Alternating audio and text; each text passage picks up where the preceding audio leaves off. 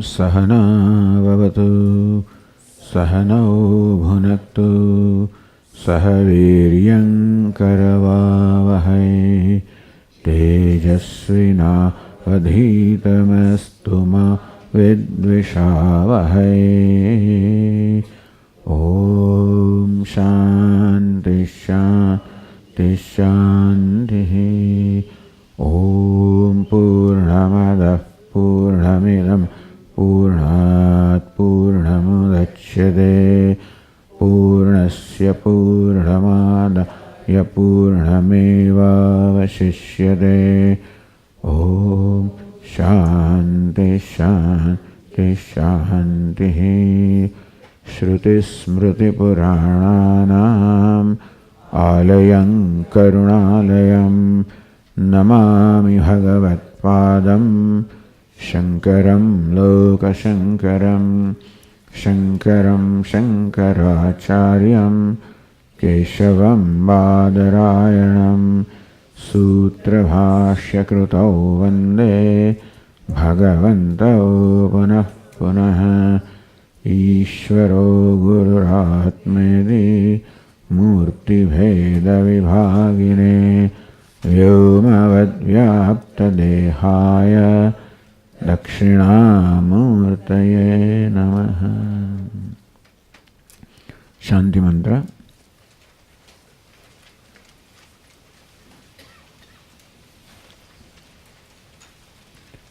Om Apyayantu Mamangani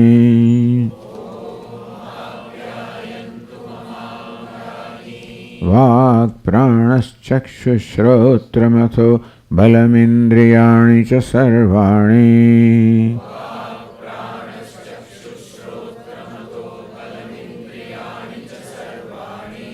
Sarvam Brahma Upanishadam Maham Brahma Nirakurya Mama Brahma Nirakarod Anirakaranamastva Nirakaranam me astu Tadatmani Nirateya Upanishatsu Dharmaha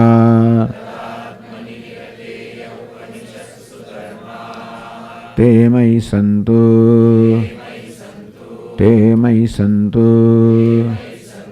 Om Shanti Shanti Shanti.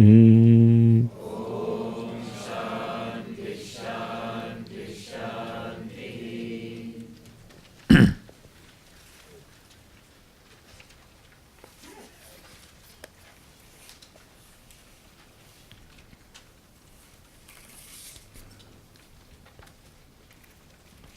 The proposition here is Eka Vijnanena Sarva Vijnanam. How the whole conversation started with the father asking the son, did you ask of your teacher about the knowledge of that entity, that truth, knowing which everything becomes known. So this is the primary theme of this whole Upanishad, is to reveal that by knowing which everything becomes known. And for that, the examples of clay, etc. were given as to how by knowing the clay, which is the material cause, you know all the vessels made of clay. And thus, the principle is, by knowing the Upadana Karanam, material cause, you know everything that is created from that material cause, because the effect is not separate from the cause. The part is not separate from clay. In fact, part is nothing but clay. Not only not separate, part is nothing but clay. That relationship is called Ananyatvam. There is Abhinnatvam and Ananyatvam. Abhinnatvam is identity, oneness. Ananyatvam, non-separatedness. Meaning that pot and clay are not identical. But pot is non-separate from clay. So vyatirekena abhavaha. What is the ananyatvam? Vyatirekena abhavaha. Meaning that the pot is non-existent in the absence of clay. Effect is non-existent in the absence of the material cause. This is a very important principle, because regardless of what the products are, at no time are they ever away from their material cause. Thus, the pot was clay before its creation. It is clay while it is in existence, and it will be clay even when it is destroyed. So pot is never away from clay, never separate from clay. Even though we do not say pot is clay, because we are using two different names or words, pot and clay, or karya and karanam, effect and cause.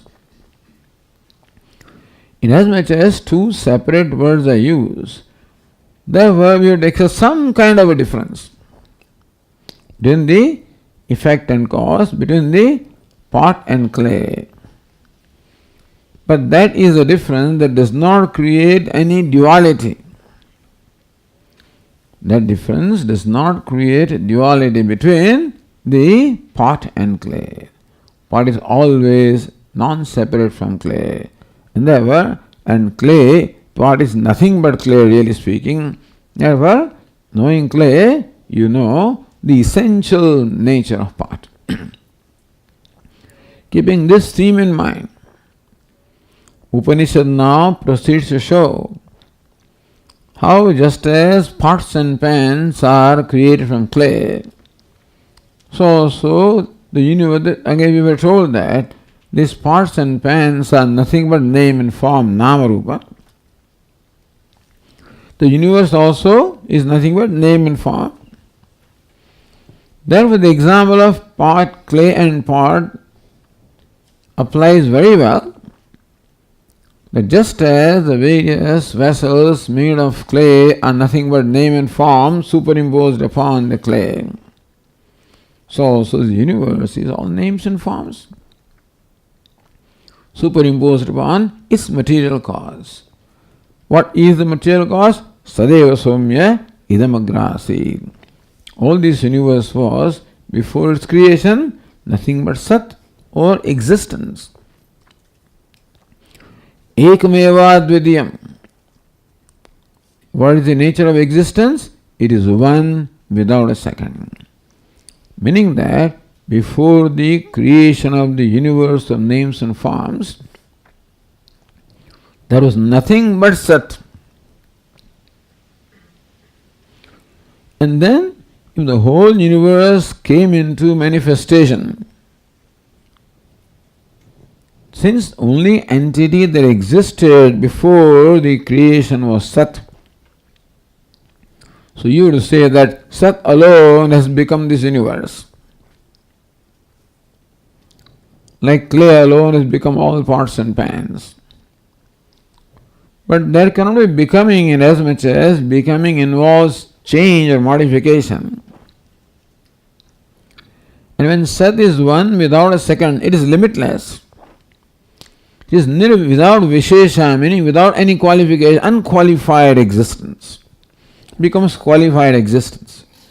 So unqualified existence appears as qualified existence. This is called creation.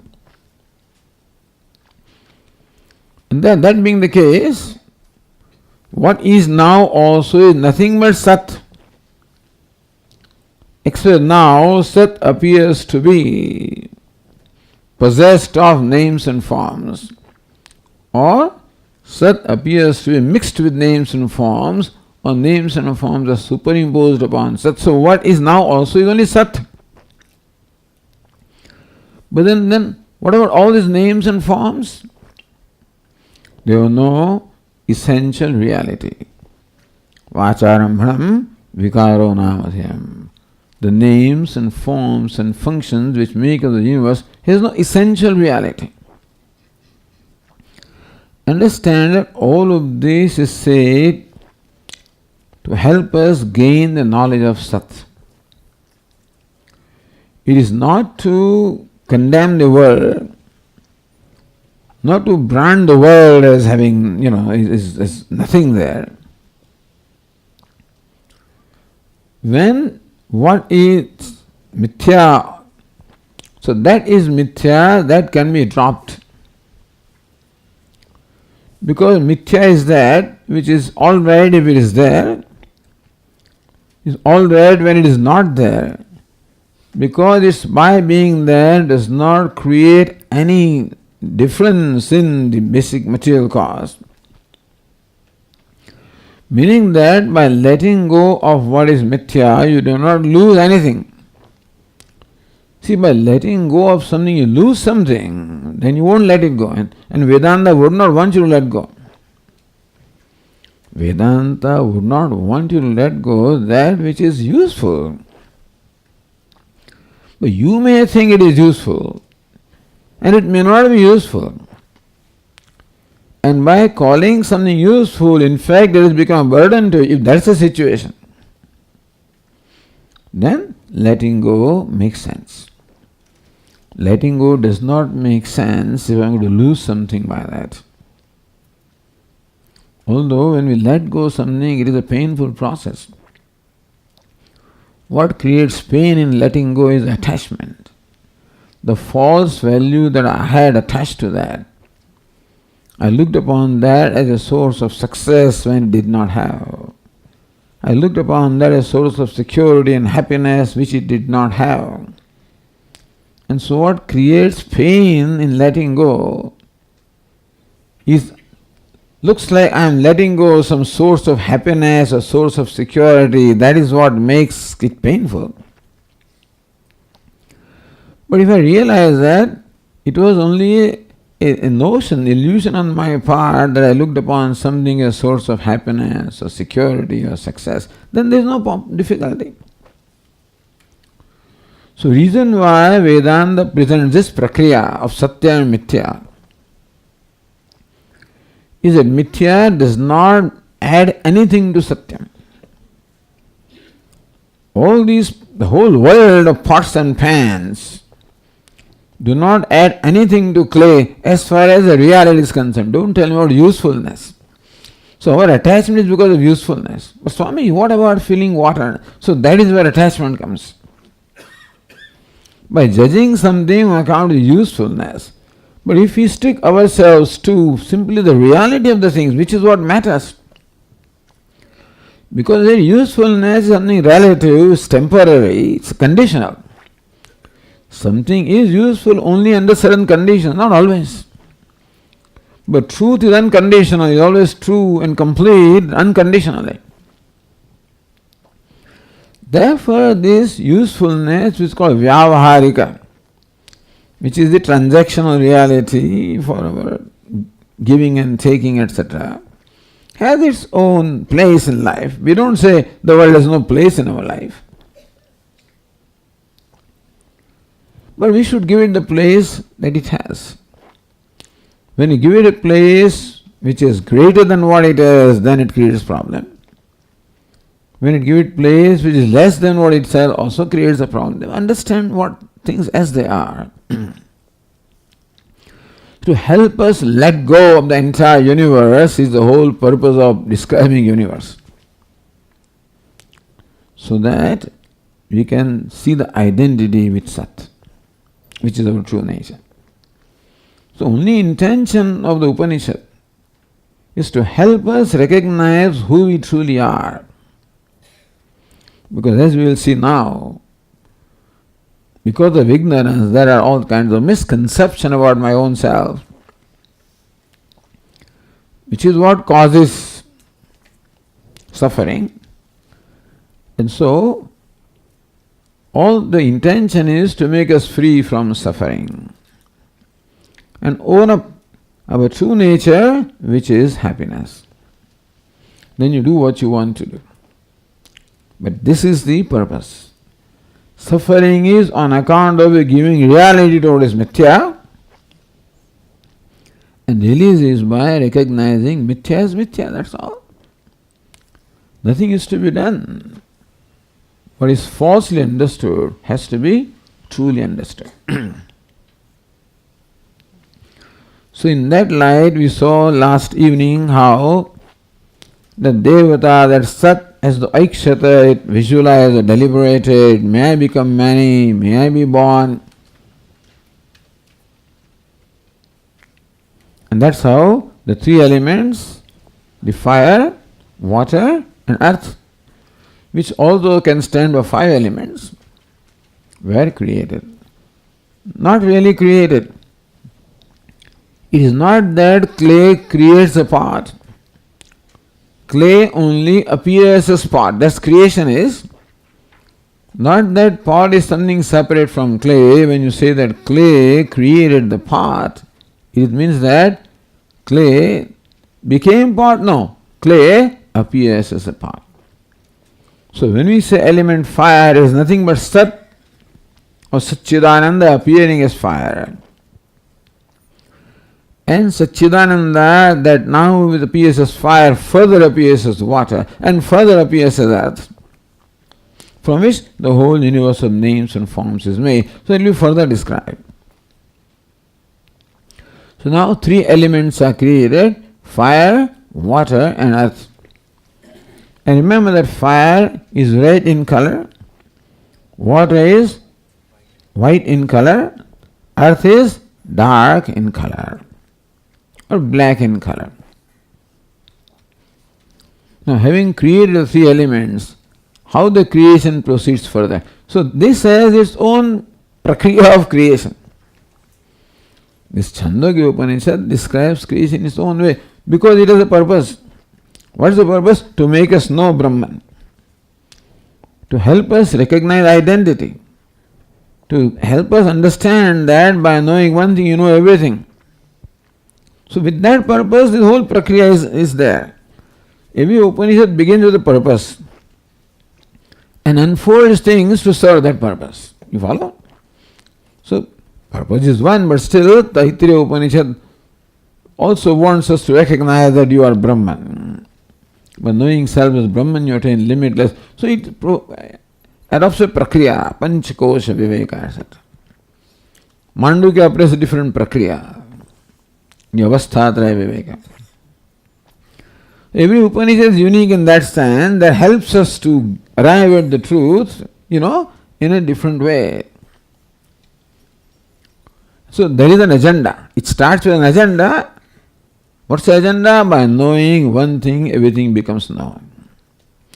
Keeping that agenda in mind, the rest of the description, unfolds. So let us look at the next passage, passage number 7.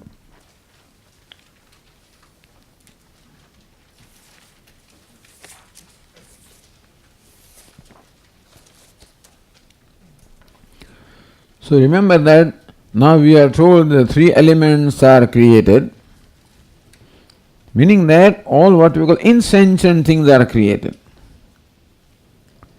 As you said last evening, there are two entities in the world. One is all insentient, other is the sentient beings. So all we call jiva, all living beings, they are not that accounted for. When three elements are created, the three elements are insentient. So creation of three elements accounts for all that is insentient. But what about the sentient beings? So that also to explain how they are also not apart from Sat. The three elements and everything made of three elements not apart from Sat, because Sat alone has become all that. So now you have to explain that what we call this jiva or the sentient being, the Sat has become that also. You follow? Then only by knowing Sat you know both. If Sat is only three elements, then by knowing Sat you know only what is insentient. Then the sentient being still remains unknown. In that case, the proposition that you know everything by knowing Sat doesn't get fulfilled. So Upanishad also has to show how Sat has become these three elements, Sat has become the Jiva also. So that's the next one here. Sa iyam devata aikshata hanta aham imaha tisro devataha anena jivena atmana anupravishya nama rupe vyakarvani iti. Sa iyam devata, again sa is a pronoun. By the way, this is feminine. So that devata, just for your information, that devata is a feminine word. So here God is described as sa, understand that. Just for satisfaction, not always saha. There is a complaint all the time they use masculine, So Upanishad takes care of that also. So sa iyam devata, because devata, word devata is feminine. And they have chosen to use the word devata instead of deva. Sa iyam devata. Sadakya, what was called Sat, the same devata. Aikshata, again visualize. What happened? It's already visualized earlier, but visualization continues. Meaning that as the visualization happens, the creation happens. Creation is no more than sankalpa. All that is necessary here is that it visualize it, it sees, and creation happens. See in dream, for example, kamam kamam purusho nirmimanaha. Kathopanishad says that in dream, as the desire arises in you, the creation takes place. You desire a mountain, mountain is there. Desire an elephant, elephant is there. Is it not so in dream? No? It is. Because when you say, I don't know, see in India, when you say yes, then you do this. When you do, that means no, by the way. Every country may have its own convention. When you say nah, then I say, oh, he doesn't accept me, So when you do this, then I say, all right, you are in agreement with me.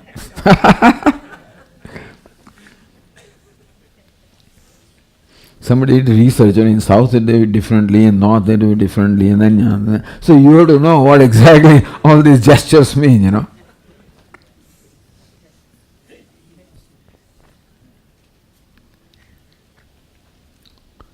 So aikshata, this devata visualization continues because all that you need for creation is visualization or sankalpa, nothing more than that.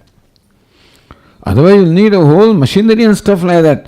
But when can this devata be the nimitta and upadana karanam? When it takes no effort at all to really create. You don't need any stuff to create. As in dream, all you need is a thought. And so how they describe is Lord of Vishnu, Narayana, is lying down on his serpent bed, and Goddess Lakshmi is massaging his feet.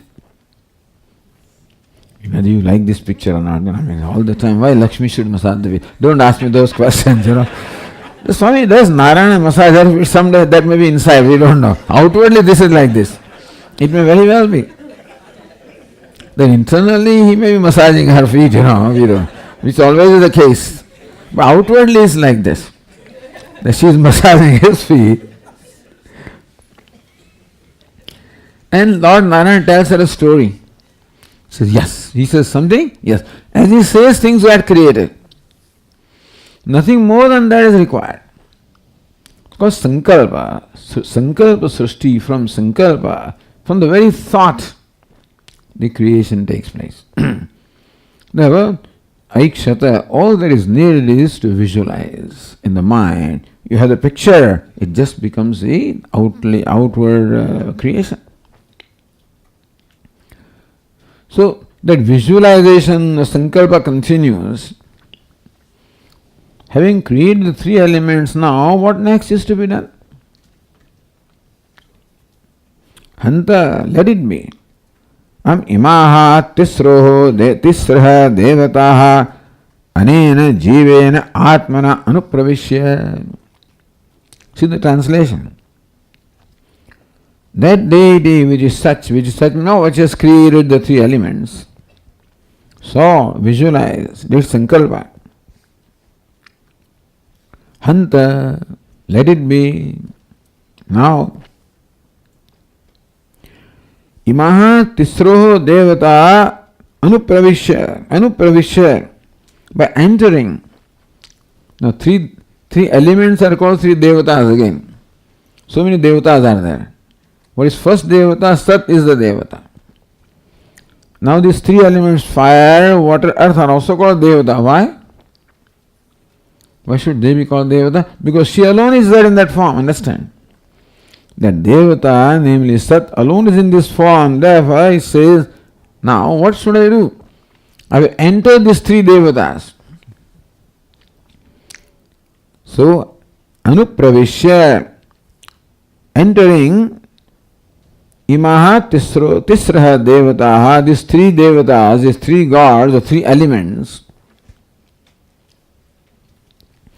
But how do you enter? What is meant by entry? It says, anena jivena atmana. All these are very important statements really, which are oft quoted. Because this forms the basic bedrock of Vedanta, these statements here, from which the whole edifice of Vedanta is constructed. The Acharya says, Shankara, others developed, created the whole, the prakriyas and structure of Vedanta. That all has basis in these and similar statements. Anena jivena atmana anupravishya. I will enter these three of them as the jiva, as atma of the jiva. Jivena atma. Not as my own self. The Sat, you can call it Brahma, you can call it Paramatma, you can call it God, or whatever you want to call it. Says, I will now enter these three elements as Jivatma. Here the question is, why did this Devata, namely Param Brahma, Paramatma, decide to enter these three elements? It is like deliberately entering a prison. Doesn't it know that entering these three elements, being identified with the three elements, is all samsara, that in fact it is trying to accomplish only samsara and invite suffering from itself? Does it not know? If Paramatma is here, if Paramatma has entered here, then who is experiencing pleasure and pain? Paramatma, is it not so? Who is sad? Paramatma. Who is samsari? Paramatma. So Paramatma, being what he is, and he is omniscient, all-knowing, how can he deliberately enter here, knowing very well that it is only going to result into misery? Why should he do that? This question why, has no answer. Why, Swamiji? I don't know. So what we cannot explain, understand. In fact, Vedanta says nothing is explicable. Nothing in the creation can really be explained. Up to a certain point you can explain, and then even scientists also, they explain what matter is and its energy, and then it goes out of your sight, and then you imagine what it would be. But that is science, because it's all, they are trying to make sense out of Maya. Vedanta already declared this is mithya. Vedanta has declared mithya means what? Anirvachaniya, meaning that you cannot say it is this and not that. This is said on the moment you call anirvachan. Nirvachanam means definition. For its definition, it is this and not that. You cannot say that about this creation, about anything. What atom also? Is it mass? Is it mass or is it velocity or what? Nothing can be said. So that is what Vedanta's this prakriya is, and mithyatva. And the cause of mithya is Maya. So question, what is Maya? Maya is that which causes mithya. And therefore, what is the answer? Why did Paramatma decide to deliberately enter into this junk, into this all misery, into this fire, into prison? He knows. They asked me why. I said, ask God, because He did it. But there is one saving grace here. Anena jivena atmana anupravishya. I will enter these three. Before that, there is also one step, which is described subsequently. The three elements are subdivided. Some of you may know the process of Panchikaranam. The Taittiriya Upanishad describes 5 elements: space, air, fire, water and earth. If you study Tattva Bodha, then you know that these are all created from the original cause, Maya, which has 3 gunas, Sattva, Rajas and Tamas. Call it Maya, Prakriti, made up of Sattva, Rajas and Tamas, from which these 5 elements are created. So effect carries the same attributes of the cause. Therefore, these 5 elements also inherit Sattva, Rajas, Tamas. So element space has Sattva, Rajas, Tamas. So does element air, fire, water, earth. Each of them Sattva, Rajas, Tamas. And then from Sattva aspect, all the Sattva is conducive to knowledge. Therefore, from Sattva aspect of the 5 elements, all faculties of knowledge are created. You know what are our faculties of knowledge? We know things through the organs of perception. We have how many organs of perception? 5. Corresponding to the 5 elements. So from the Sattva aspect of element space, the faculty of hearing, Shrotrendriya. From the Sattva aspect of element air, the faculty of touch. From Sattva aspect of element fire, the faculty of sight. Sattva aspect of element water, faculty of taste. From Sattva aspect of element earth, faculty of smell. This is and then from the combined Sattva aspect, all 5 elements, our Antahkaranam, the mind. Then comes the Rajoguna, Rajas. So Rajas is activity. Sattva is knowledge, Rajas is activity. So from the Rajas aspect of 5 elements, all the organs of action are created. From Rajas aspect of element space, you know what is created? Which organ of action is created? Speech. Speech is the product of the Rajas aspect of element space. Then comes element. After space, what's the next element? Air. So from the Rajas aspect of element air is created hands or arms. From the Rajas aspect of element, because air is strength and arms as action, element fire is created what? The faculty of motion. Legs. Rajas aspect of element water, the organ of creation, procreation, and from this Rajas aspect element earth, the organ of excretion. So these are 5 organs of action created from the Rajas aspect of the 5 elements. So what happens to Tamas aspect? Then it is said that the Tamas aspect of these elements undergoes mutual combination, a 5-fold combination. I don't want to burden you with all kinds of details, but just in general, you may not remember the details. But so you know how the creation is explained. How five elements is what makes everything.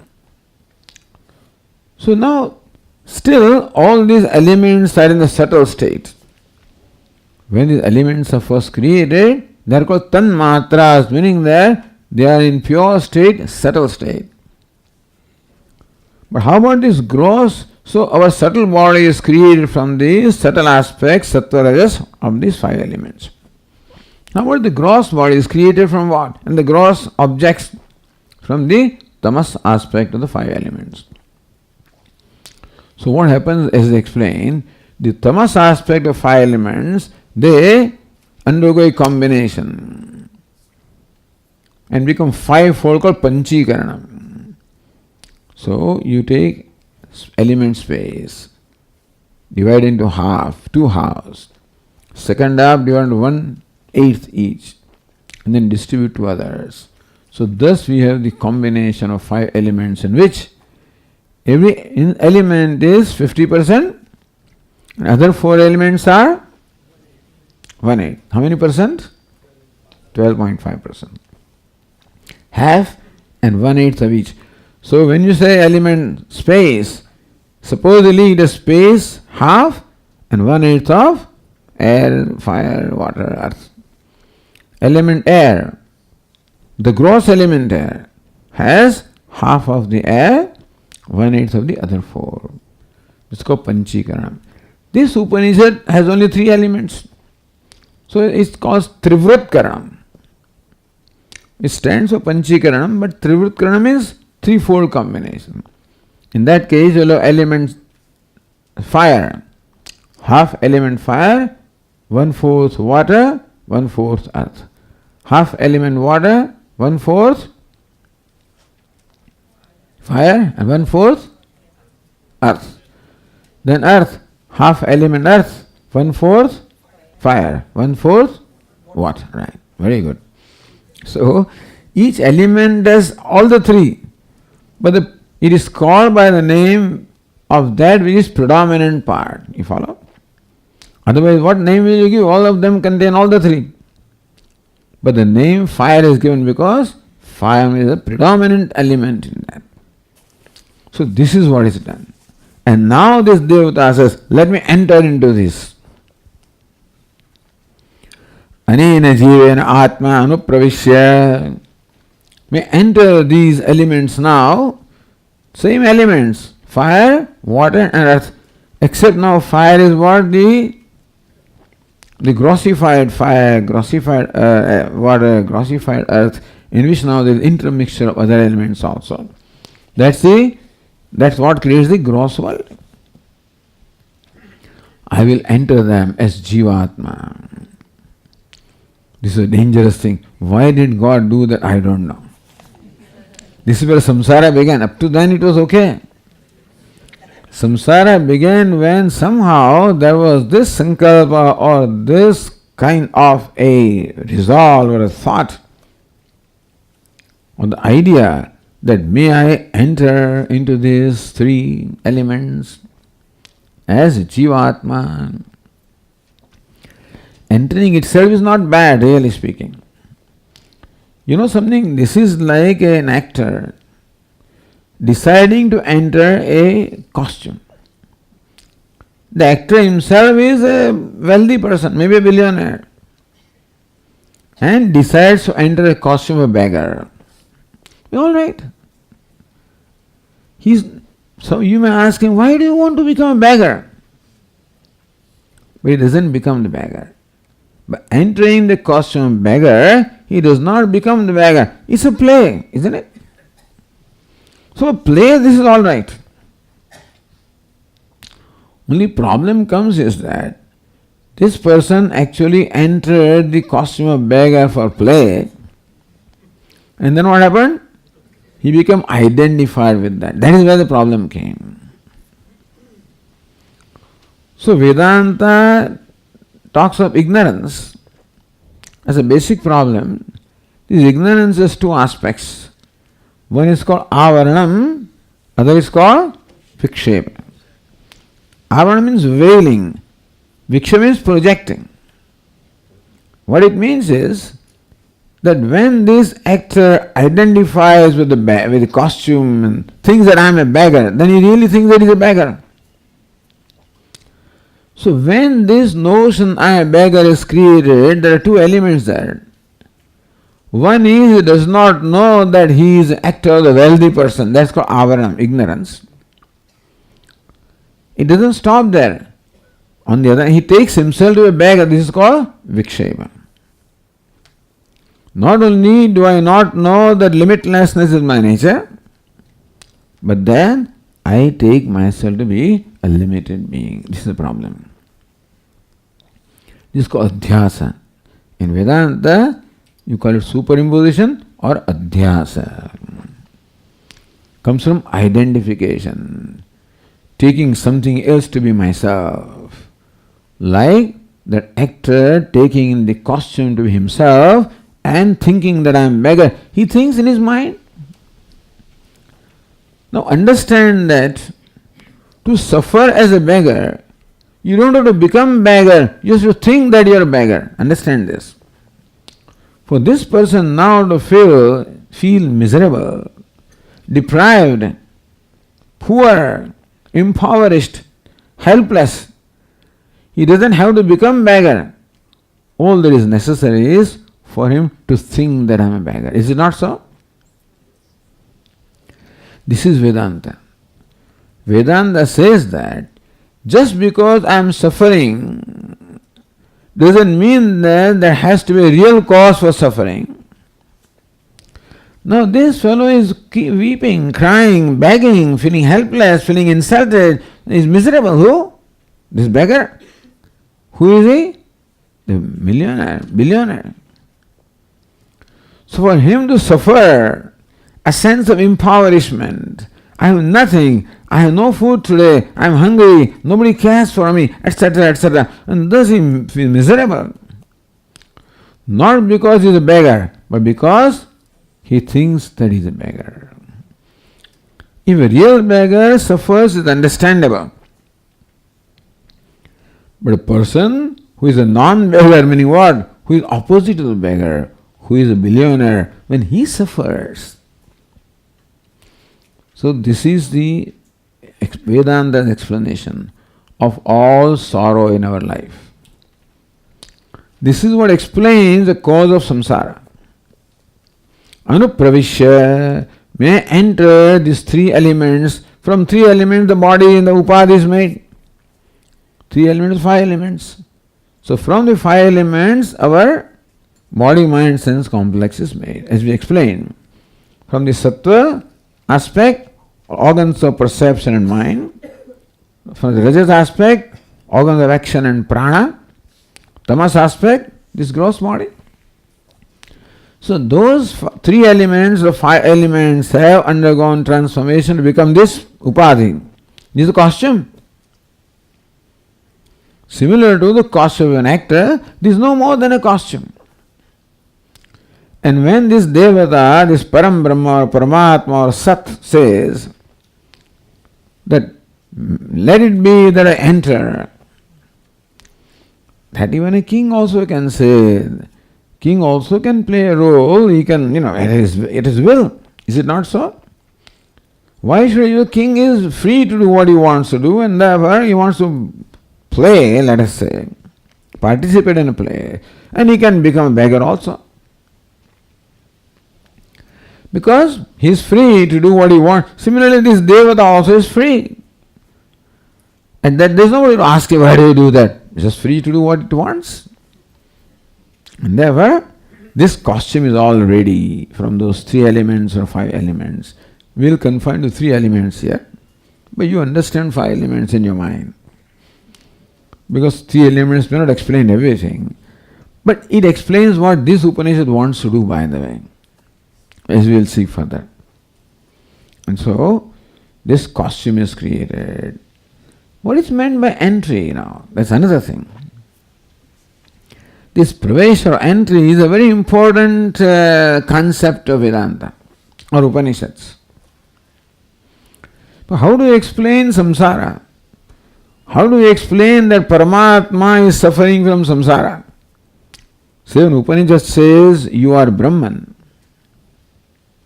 that means Brahman is suffering from samsara, is it not so? Remember the 10th man story now? So when that old person says, you are the 10th man, that means now who was suffering up to this point, thinking the 10th man is lost and all worries and anxieties and searching for the 10th man, and thus whole day was miserable, is it not so? And more miserable because you cannot find what you are searching for. That makes life more miserable. Constantly we are searching for success and happiness and peace and love. We are all searching for it. And looks like it has come and then again goes away. Looks like love has come, it's gone away. Looks success has come, gone away. So all the disappointment in life is on account of not accomplishing what we want to accomplish, except that we are trying to accomplish it from where it is not. This 10th man is searching for the 10th man where he is not. How is he ever going to find him? How can human being ever be happy? Nobody can tell me he is happy unless he knows. So this man comes to Swami, how are you doing? No problem, Swami. That is the problem. You don't realize what the problem is. We don't want to say that you are miserable. But what I am saying is, some don't even know what samsara is. No, I have no problem, Swami. Do you get angry? Yes, that I do. Do you feel jealous? Yes, that I do. Do you sometimes take liberty? Yes, I do. That is all nothing but samsara. That a person gets angry means there is samsara. There is sadness inside. He gets jealous means there is sadness inside. He wants to accomplish this, that and what not. Lobha, pravritti, all greed, all of this is nothing but samsara. Which I may not know, but it's all sadness. The sadness which is within manifests all this stuff. So we think everything is okay. But so as long as we think it's okay, we'll never try to even change things. Only when I recognize things are not okay, I don't have a solution, then only I go to Vedanta. So when do we go to Vedanta is when we realize that there is some problem. So that is why Swami used to say, first job that a teacher does is to make the student recognize there is a problem in life. Because I knew when we went there, what's the problem? I didn't see any problem. So first thing that Swami did was to show us there is a problem in life. I said, yeah. Do you have a desire? Yeah. Desire means that you are seeking something. Yes. Then he told on the second day or third day the 10th man story. The seeking of human beings is like the seeking of 10th man. I said, wow, on the second day. And then stopped there. That was the style. He would not, then he would leave you hanging, you see. So then I was wondering, what happened? What will happen now to this fellow? Then came the third, you are the 10th man. Wow. So they say, what did you get from it? I said, this is what I got. This is my experience. I did not need anything more than that anyway. I mean, if you are searching, what do you need now? I was happy because lazy basically. So I was happy to realize nothing used to be done, That is why it was very comforting to me that I don't have to do anything. Anyway, but when this is being said, that means that who was suffering all along? When the beggar is told, hey, you are a wealthy person, you are an actor, not a beggar. So this is pravesha or entry is a prakriya that Vedanta used to explain how the one who thinks that is suffering is really above suffering. That there is no cause for suffering, even when I think there is all the causes in the world. We always have reasons. This one. So Swami would ask, you look sad this morning, what's the problem? Swami, I haven't received a letter from my relatives for 3 months. Oh, my parents, no letter for 3 months. You look sad, what's it? Swami, I received a letter this morning. You look sad. What is it? Swamiji, I can't get married. What's your reason? Because I am married.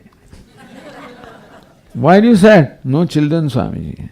Why are you sad? Because of children, Point is that we always look outside ourselves for cause of sadness. Not realizing that. So he says, you are the problem, you are the solution. So in that, Swami, you give an example. Imagine there is some kind of an eight, some kind of a shape. And this thing is cut in a number of pieces. Now you are asked to assemble, make an 8 out of that, and you try hard, you can't do it, can't get it. So you think that you need some pieces outside of this to complete this. But no, there are some problems of which the solution lies outside the problem. There are some problems of which solution lies within the problem. That 8, what kind of problem is it? The solution lies within the problem. All you need to do is to arrange things in a certain way. So sadness, what kind of problem is it? Is it a problem which the solution lies outside? That's what we think. No, it's a problem which the solution lies within. Therefore, you are the problem and you are the solution. That's Vedanta. To explain that, this is being said. The Devata deliberated, may enter as Jivatma. Meaning that one who is here is Jiva. Who is the Jiva? Jivena Atmana, the Atma of Jiva is the same Sat. Then what do you mean by saying that I enter as a Jiva? Meaning that I enter and identify with this body, mind, sense complex. So who is the Jiva? Jiva is the same Sat identified with the body, mind, sense complex. Who is this beggar? The same billionaire identified with the costume of the beggar. That's all. That's the saving grace. Only Vedanta says this. That solution is right with you. Ideally, don't have to do anything. Just see the fact. That's all. That's called knowledge. See the fact of yourself. What is it? You're not a beggar. Beggar belongs to your costume, not to you. You think you are a beggar because you take the costume to yourself. But where does beggar belong? I am a beggar. When I say that I am is one part, beggar is the part, I put them in the same adhikaranam. In Vedanta, samana adhikaranyam. In the same locus. I am a beggar. Just a little technical thing, but then that I am and beggar, when I say I am a beggar, understand this. That I am and beggar in my mind enjoy the same degree of reality. When I say I am a beggar, you know what means? Beggar enjoys the same degree of reality as I am. Is it so? When this actor says I am a beggar, does I am and beggar, do they enjoy the same degree of reality? What is I am? I am is a billionaire. Who is beggar? Beggar is a costume. He has lumped them together. And now he says, I am a beggar. And suffers from being a beggar. Because beggar has been lifted to the level of I am. Beggar is there, but not where I am is. You understand? Beggar is someplace. Where is I am? I am is a billionaire actor. Where is beggar? Beggar is in the costume.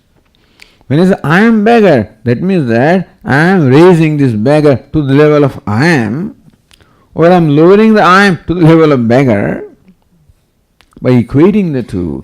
This is wrong equation. So we are living life based on a wrong equation.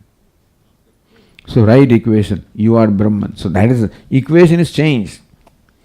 Our Swami used to call it the grand equation, or something like that. What was Tattvamasi.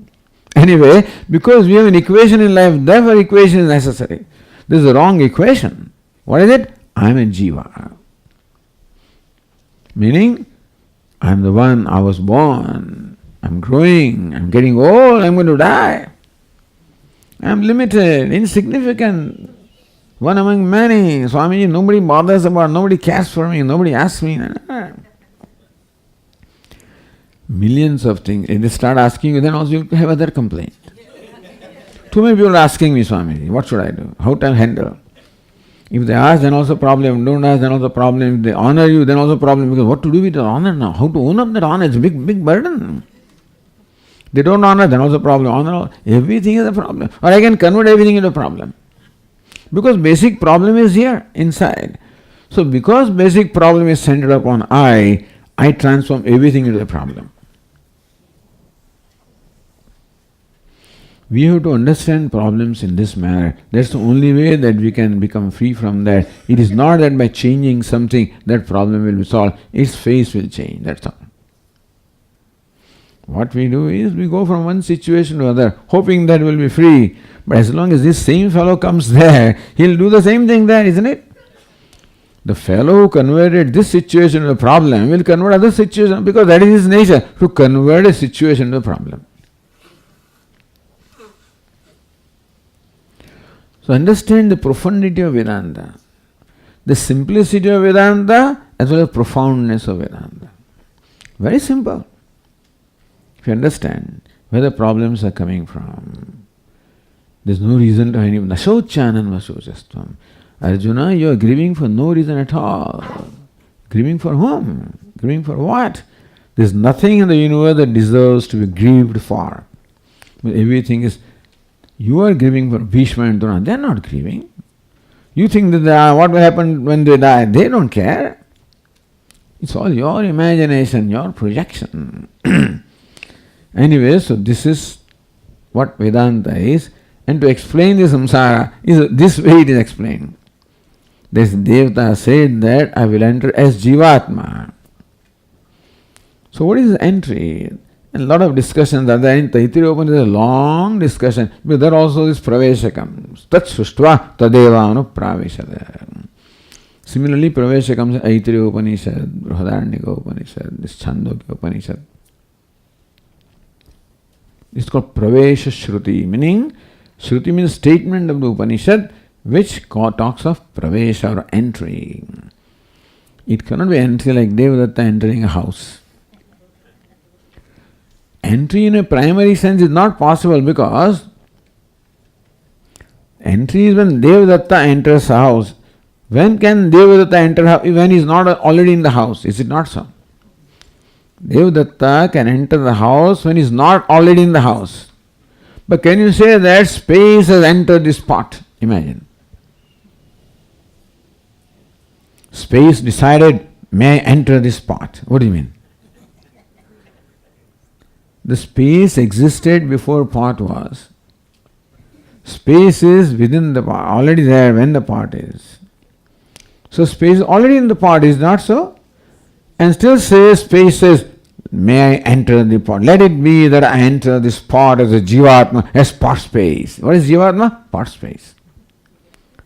What is pot space? Pot space is space identifying with the pot. So what is meant by entry of space into pot is that space identifies with the pot. What is meant by that?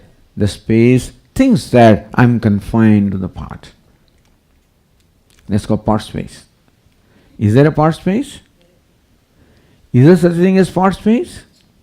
What is pot space? Space confined to the pot. It's called pot space, right?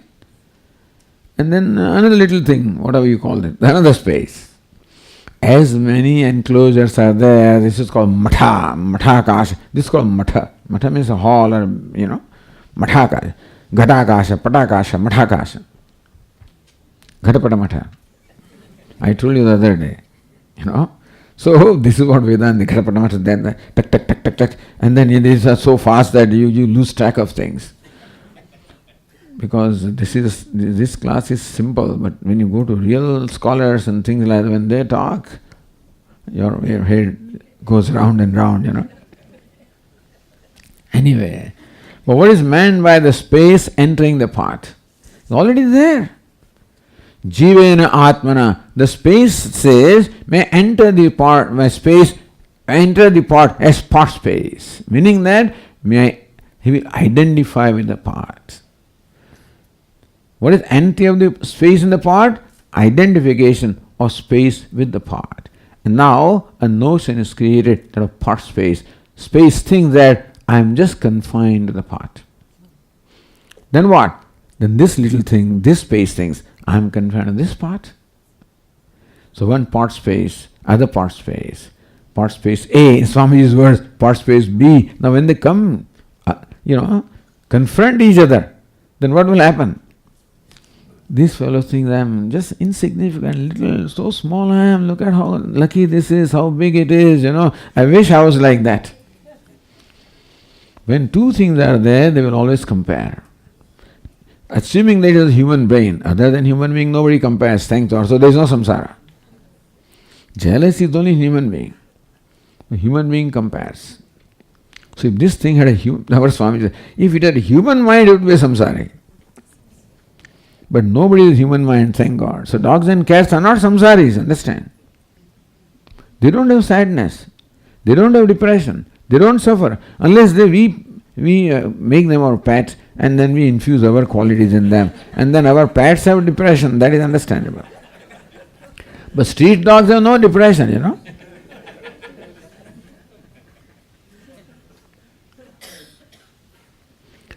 Only human mind is capable of creating samsara and suffering.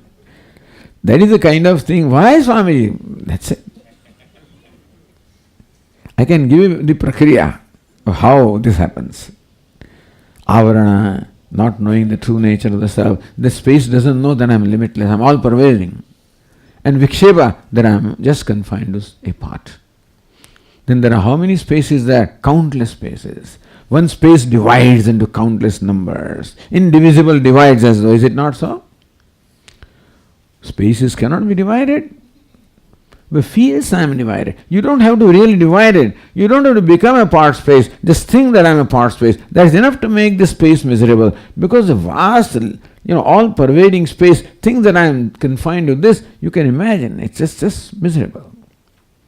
Similarly, limitless Sat entered here, meaning what? Identified with this body, mind, sense complex, which is like a costume. And like an actor thinking that I'm a beggar, this Sat says I'm a Jiva. Jiva pranadharane, I'm the sustainer of life here.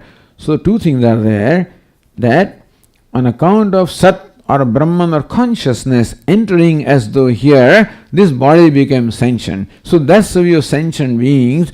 And this that has not entered in that manner here, so this is insentient. It is entered here also. But entry is different. Jivena Atmana. Here it is entered as Jiva Atma. What is Jiva? Jiva Pranadharane. In Sanskrit, Jiva means to sustain life. So here it entered as a sustainer of life, and therefore this body has become sentient. So this is how Upanishad explains the difference between the sentient and insentient entities. That insentient entities are those where the Sat has not entered as a Jiva. Sentient entities are those where Sat has entered as Jivatma. So these fellows who know there is no Jiva in here. Sat is there, not as Jiva. Sat is there as Jiva. You follow? That's the difference. Difference between the insentient and sentient entities is Sat is everywhere, but here in particular, in what we call sentient being, Sat is a Jivatma, having identified with this Upadhi, body, mind, sense complex. In that also, all there are Jivas. All living are Jivas. But who are samsaris? Human beings are samsaris. So Jiva need not be a samsari. You follow? A Jiva need not be samsari. The two fellows are not samsaris. Who are they? All creatures other than human beings are not samsaris. And among human beings, a wise person is not samsari. Pashvadibhischa abhisheshat. It is said in Brahma Sutra that a wise person can be compared to an animal. What, an animal? Inasmuch as animal is not a samsari. No kartrutva, no bhoktrutva. And wise person also is not a samsara. In that sense, not that he's become an animal or something. Animals are free from samsara because they are too dumb to be a samsari. They are not smart enough to be samsaris. human being is very smart, and smarter you are, more miserable you are sometimes. Because the Pandita is the problem always. Pandita Lakshanam Dosha Darshanam. So when you are a Pandita in something, like Vyakaranam, then they will only listen to the talk and say, where Swamiji made a mistake in Vyakarana, this and the construction of sand, this, that. If you are a Vedic Pandit, then when you listen to chanting, tuk, tuk, tuk, tuk, tuk. If you are a great musician, when somebody sings, he doesn't listen to that, he just very misty, Shruti and this and Tala, etc. Dosha Darshanam. This fellow keeps on looking at doshas. First his own dosha. First I look at my dosha. From there dosha of samsara. And that is what makes this person miserable. And so only human being is samsari. But when I become free from this identification, then I am a jiva alright, but not a samsari. So to be jiva is okay. To be samsari is the problem. To be human being is alright. To be samsari is the problem. So wise person is jiva alright. He is not Ishvara. But like Ishvara is not samsari, wise person also is not samsari. But still wise person is not Ishvara. He is not omniscient, omnipotent, etc. No, you have to be. I would not want to bother about it. Swami, can you create the world? And I don't want to bother about it. Our Bada Swami, somebody asked, Swami, you can read my mind? He said, I have a problem with my own mind. I don't care to read your mind. I have enough problem with my mind, So unnecessary stuff you don't want to invite. Keep simple. Remain simple. Why do you want those stuff? Because everything that comes always brings its burden with its baggage. Everything that comes, all siddhis or accomplishments always bring a baggage. Nothing comes free. So better don't invite anything. Anyway, that's by the way. But the thing is, so one of the ways of at least remaining free as much as you can from the burden of samsara.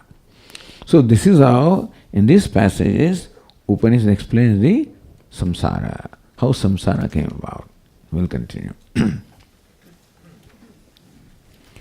Om Purnamadah Purnamidam Purnat Purnamudachyate Purnasya Purnamadaya Purnameva Vashishyate. Om Shanti Shanti Shanti.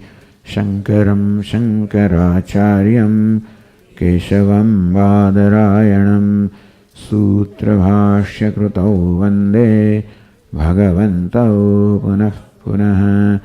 Ishvaro Gururatmedi Murti Bheda Vibhagine Vyomavad Vyapta Dehaya Dakshinamurtaye Namaha.